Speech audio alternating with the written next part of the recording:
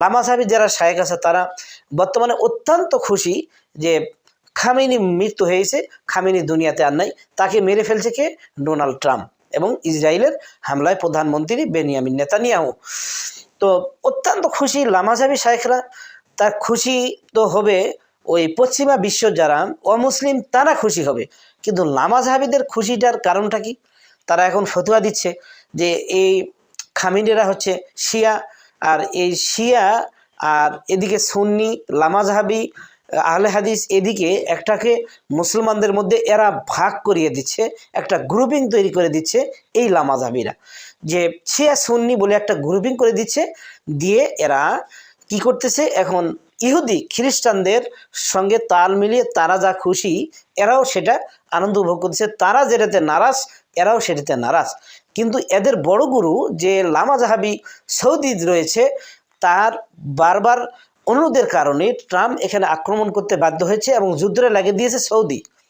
এই ইরান এবং ইসরায়েলের এদের মাঝে যে যুদ্ধ এবং ট্রাম্প এখানে এসেছে, এদের যুদ্ধটা কিন্তু লেগে দিয়েছে সৌদি। সৌদি হলে যে সে পাক্কা ইমানদার এটা কিন্তু আমরা ধরে নিচ্ছি না। সত্যিকার এদের সঙ্গে এই ট্রাম্প যেই দিন ঘোষণা দেয় যে আমরা ইরানের প্রধানমন্ত্রীকে মারতে সক্ষম হয়েছি, তখন তার যে অনুসারী ছিল বেশ কিছু, আমরা বিশেষ করে ইসরায়েলে এবং ট্রাম্পের দেশে, সেখানে মার্কিন যুক্তরাষ্ট্রে কিছু কিছু ইহুদি খ্রিস্টান তারা মিষ্টি বিতরণ করেছে। আর অন্যদিকে তাম পৃথিবী যে সমস্ত মুসলিম ইমানদার লক্ষ লক্ষ কোটি কোটি মুসলমান তারা এই ইরানের খামিনির জন্য দোয়া করেছে। আর এদিকে দেখুন লামা জাহাবি শায়েখরা বাংলাদেশে তারা আনন্দে লাফাচ্ছে। কেন লাফাচ্ছে? যে খামিনি মারা গেছে। খামিনি যদি মারা যায় লামা জাহাবিদের লাভ কি?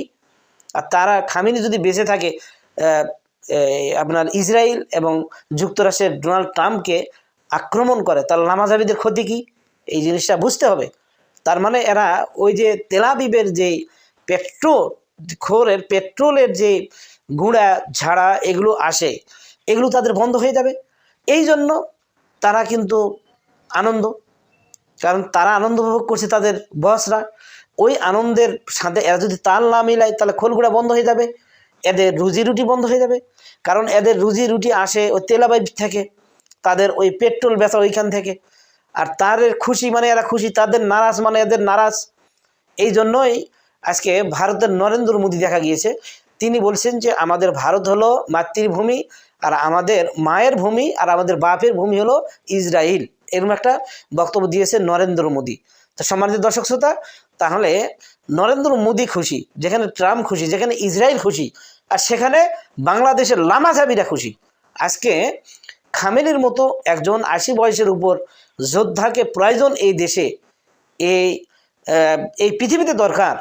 এই ধরনের কাফের, ইহুদি, মুশরিক, ইসলামের পরাশক্তি যারা আছে তাদেরকে টাইট করার জন্য, তাদেরকে মানে টাইট করার জন্য, ইসলামের শক্তিদেরকে দমিয়ে দেওয়ার জন্য এরকম খামিনির প্রয়োজন।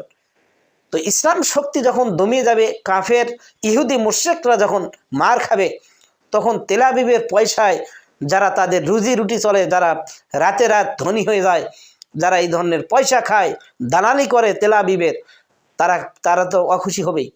তো তারা শুধু মুখেও যদি বলে, আল্লাহ তাআলা সূরা আল বাকারা প্রথমে বলেছেন ওয়ামিনান নাসি মান ইয়াকুলু আমান্না বিল্লাহি ওয়া বিল ইয়াউমিল আখির ওয়া মা হুম বিমুমিনিন। মানুষের মধ্যে এমন কতগুলো লোক রয়েছে যারা বলে আমরা ঈমান এনেছি আল্লাহ এবং তার রাসূলের প্রতি, কিন্তু আল্লাহ তাআলা বলেছেন ওয়া মা হুম বিমুমিনিন, তারা কখনোই ঈমানদার নয়। তো আজ যারা ডোনাল্ড ট্রাম্প এবং ইসরায়েল যেই কাজটা করে মুসলিমদেরকে হত্যা করে, মানুষদেরকে হত্যা করে খুশি হচ্ছে, এই খুশিতে যারা আনন্দিত হবে তারা কি করে মুসলমান হতে পারে? এটা তো আমরা মুসলমান ধরে নিতে পারি না। তাদের ঈমান আকীদার মধ্যে নিশ্চয়ই সন্দেহের অবকাশ মুসলিম জাতি দেখতেছে। সুপ্রিয় দর্শক শ্রোতা, ভিডিও সম্পর্কে কোনো মতামত থাকলে আপনারা ব্যক্ত করতে পারেন। সকলে ভালো থাকুন। আসসালামু আলাইকুম ওয়া রাহমাতুল্লাহি ওয়া বারাকাতুহু।